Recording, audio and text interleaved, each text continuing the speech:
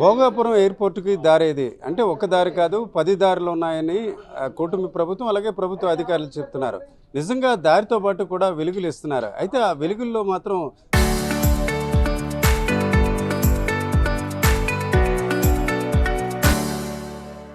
చీకటి కోణం ఉంది అంటున్నారు సామాజికవేత్త మూర్తి యాదవ్ గారు. రోడ్లు వేయడం అనేది సహజంగా మంచిది, అట్లాగే వెలుగు కూడా అవసరం. కానీ మీరు చేస్తున్న ఆరోపణ ఏంటి? ఎస్పెషల్లీ విద్యుత్ లైట్లు చాలా వరకు వేస్తున్నారు. ఒక రకంగా మారుమూల ప్రాంతంలాగా ఉండే ఆ ప్రాంతంలో వెలుగులు వస్తున్నాయి, కానీ అక్కడ ఏం జరిగినట్టు అనిపిస్తుంది మీకు?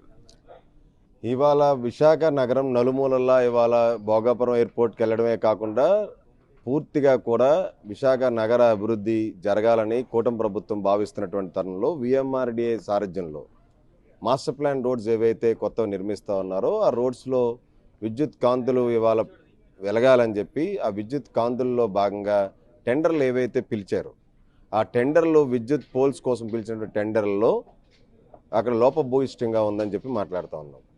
ఏదైతే ఇప్పుడు విశాఖ నగర వ్యాప్తంగా రాష్ట్ర వ్యాప్తంగా ఆక్టోగనల్ పోల్స్ ఏవైతే ఉన్నాయో అవి కేవలం పోల్ కాస్ట్ 20,000 పడుతుంది. డెకరేటివ్ పోల్స్ పేరుతో 100 అడుగులు మాస్టర్ ప్లాన్ రోడ్లలో కేవలం అడుగెత్తు ఫుట్పాత్ మీద డెకరేటివ్ పోల్స్ పెడితే యాక్సిడెంట్లు అయ్యేటప్పుడు ఈ పోల్స్ మొత్తం కూడా డ్యామేజ్ అయిపోయి పోయేటువంటి ప్రమాదం ఉంది. ఒక పోల్కి వచ్చేటువంటి లైటు కేబులింగు పోల్ కాస్టు 1,26,000 రూపాయలు పడుతుంది. అది చాలా అత్యధికంగా ఇవాళ ఆర్థికంగా భారం పడుతుంది విఎంఆర్డీఏ మీద. అంత భారం మోపాల్సిన అవసరం లేదు. డెకరేటివ్ పోల్స్ ముసుగులో కోట్ల రూపాయలు అవినీతి జరుగుతూ ఉంది. అసలు డెకరేటివ్ పోల్స్ అన్నవి అడుగు హైట్లో వేయకూడదు. 3 అడుగులు మినిమం ఫుట్పాత్ ఉంటేనే తప్ప వేస్తేనే కానీ అవి కూడా రిపేర్ కనుక అయితే చీకటిగా ఉండేటప్పుడే లైట్ ఫెయిల్ అయిన తర్వాత అవి రిపేర్ చేయడానికి అవుతుంది. అవి సోలార్ సెన్సార్ దీంతో ఉన్నటువంటి పోల్స్ అవి. ఆ పోల్స్ ఏవైతే మాస్టర్ ప్లాన్ రోడ్స్లో వేస్తున్నారో ఆ పోల్స్లోని ఒక పోల్కి 25,000 రూపాయలు విఎంఆర్డీఏ పాలక వర్గంలో ఉన్నటువంటి కీలక నాయకుడు అలాగే విఎంఆర్డీల అధికారులు లంచం తీసుకుంటున్నారు.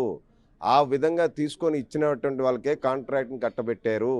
అదే కాకుండా ఒక పోల్కి వేసేటువంటి లైట్లో 2,500 రూపాయలు ఒక లైట్కి లంచం తీసుకుంటా ఉన్నారు. కోట్ల రూపాయలు దిగమింగుతూ ఉన్నారు. డెవలప్మెంట్ చేయాలని చెప్పి ప్రభుత్వం భావిస్తుంటే ఇక్కడ అభివృద్ధి ముసుగులో వీళ్ళు కొంతమంది అవినీతి పాల్పడుతూ ఉన్నారు. కొంతమంది ఇంట్రెస్ట్ కోసం ఏదైతే తిరుపతిలో ఉన్నటువంటి జస్ట్ ఎల్ఈడి ఉన్నటువంటి సంస్థ అక్కడ బ్లాక్ లిస్ట్లో పెట్టారని అనుకుంటున్నాను. అక్కడ ఏవైతే సంస్థ పోల్స్ సప్లై చేస్తుందో డెకరేటివ్ పోల్స్ అవన్నీ కూడా నేలకు ఒరిగిపోయినాయి గత వర్షాల్లోని. ఇప్పుడు ఇక్కడ ఉన్నటువంటి ఇంకో సంస్థ ఏదైతే ఉందో రెండో సంస్థ ఇక్కడ డెక్ దగ్గర వేసినటువంటి పోల్స్ రంగులు పోయినాయి ఏడాది కూడా కాకముందనే. అటువంటి నాణ్యత లేనటువంటి అర్హత లేనటువంటి కంపెనీలకి సరిగ్గా మెయింటైన్ చేయనటువంటి కంపెనీలకి మీలో అర్హత కల్పించి విఎంఆర్డీలో మాస్టర్ ప్లాన్ రోడ్స్లోని ఇవాళ పెద్ద ఎత్తున నిర్ణయాలు తీసుకోవడం అనేది తప్పని అంటున్నాను. మూర్తి గారు, సహజంగా ఏదైనా మీరు చేస్తున్న ఆరోపణలు నిజం లేదన్న విషయం పక్కన పెడితే ఒక డిఫాల్టర్ కంపెనీకి మరొక చోట ఇచ్చే పరిస్థితి లేదు. కానీ ఈరోజు తిరుపతిలో డిఫాల్టర్ కంపెనీ అని చెప్తున్నారు, బిల్లులు ఆపేశారు. అట్లాంటి సంస్థకి ఇక్కడ ఎలా ఇచ్చారు? అలాగే చూసుకుంటే సహజంగా డెకరేటివ్ ఎక్కడైనా పార్కుల్లో అట్లాగా ఆ లైట్లు పెట్టాలి, కానీ రోడ్ల మీద ఎందుకు అట్లాంటి అవసరం వచ్చినట్టు బాగా? ఇప్పుడు పార్కుల్లోనో మీరు అన్నట్టు విఎంఆర్డీ డెక్ లాంటి బిల్డింగ్స్ దగ్గర లేకపోతే భోగాపురం ఎయిర్పోర్టు ఇంటర్నల్ రోడ్స్లోనో లేదంటే ఏదైనా లోపల ఇంటీరియర్గా ఉన్నటువంటి డెకరేట్ చేయడానికి ప్రదేశాల్లోనో లేఅవుట్లోనో పెట్టాలి. బహిరంగ రోడ్స్లోని డెకరేటివ్ పోల్స్ అనేది ఇప్పటివరకు ఇక్కడ వైజాగ్లో పెట్టలేదు. ఒక్కొక్క డెకరేటివ్ పోల్కి 75,000 రూపాయలు. ఆ 75,000 రూపాయలు 25,000 రూపాయలు వీళ్ళు జోబులో పెట్టుకోవడానికి. డెకరేటివ్ పోల్స్ అనేది ఆ కంపెనీయే ఇస్తుందని గ్యారంటీ ఏముంది? ఆ లోకల్లో మేడ్ చేసేసి ఆ కంపెనీ వాడి దగ్గర ఓఈఎం దగ్గర వీళ్ళు డబ్బులు ఇచ్చేసి ఆ లేబుల్ తీసుకొచ్చి దీన్ని కట్టించుకుంటే సరిపోతుంది. నాణ్యత ఉండదు ఆ పోల్స్. ఇవి కోట్ల రూపాయలు కదా, 4 కోట్ల రూపాయలతో అయిపోయేటువంటి లైటింగు 10 కోట్ల రూపాయలు వెచ్చిస్తారు, 6 కోట్ల రూపాయలు అదనంగా వెచ్చిస్తున్నారు కదా. పోనీ 5 కోట్లు అయినా కానీ రెండింతలు ఎందుకు ఎక్స్ట్రాగా వీళ్ళు వెచ్చిస్తున్నారు? అంత దుర్వినియోగం కదా విఎంఆర్డీ డబ్బులు. అది మేము అడుగుతున్నాం. ఓకే, దీని మీద ఇంకా ఓన్లీ ప్రెస్ మీటర్ లేకపోతే అధికారులు హైయర్ ఆఫీసర్స్ దగ్గరికి ఇష్యూని తీసుకెళ్లే ప్రయత్నం ఖచ్చితంగా తీసుకెళ్తాం. ఇప్పుడు టెండర్లు అయితే ఖరారు చేశారు కానీ ఇంక పనులు మొదలు పెట్టలేదు. ఇప్పటికే నిర్ణయం తీసుకోవచ్చు, టెండర్ల యొక్క నిబంధనలు సడలించవచ్చు. ఇప్పుడు ఒక మాస్టర్ ప్లాన్ రోడ్లో ఆక్టోగనల్ పోల్స్, వేరే మాస్టర్ ప్లాన్లో డెకరేటివ్ పోల్స్ ఏంటండి? ఇప్పుడు 7 మాస్టర్ ప్లాన్ రోడ్లు ముందర ఉన్నాయంటే వీటిలన్నిటికీ డెకరేటివ్ పోల్స్ వేస్తే డెకరేటివ్ పోల్స్ మెయింటైన్ చేయడానికి కానీ ఆ క్వాలిటీ కంట్రోల్ చెక్ చేయడం గురించి కానీ వీటిలన్నిటికి కూడా ఎవరండి అసలు చూసేది? ఎవరు బాధ్యత వహిస్తారు? వీళ్ళు ఆల్రెడీ ఫెయిల్యూర్ కంపెనీ కదా వీళ్ళు. వాళ్ళకి మీరు ఎలాగ టెండర్ కట్టబెడతారు? ఇవన్నీ కూడా విఎంఆర్డీఏ డబ్బుల్ని దుబారా చేస్తున్నారు. దయచేసి ప్రభుత్వం సంపద సృష్టిస్తూ ఉంటే ప్రజల కోసం ఇవాళ పూర్తి స్థాయిలో ఇన్ఫ్రాస్ట్రక్చర్ని డెవలప్ చేస్తూ ఉంటే ఆ ఇన్ఫ్రాస్ట్రక్చర్ డెవలప్మెంట్లో అభివృద్ధిలో భాగంగా ఇన్ని కోట్ల రూపాయల అవినీతి అన్నది జరగకూడదు. ఒకసారి సరి చేసుకోండి.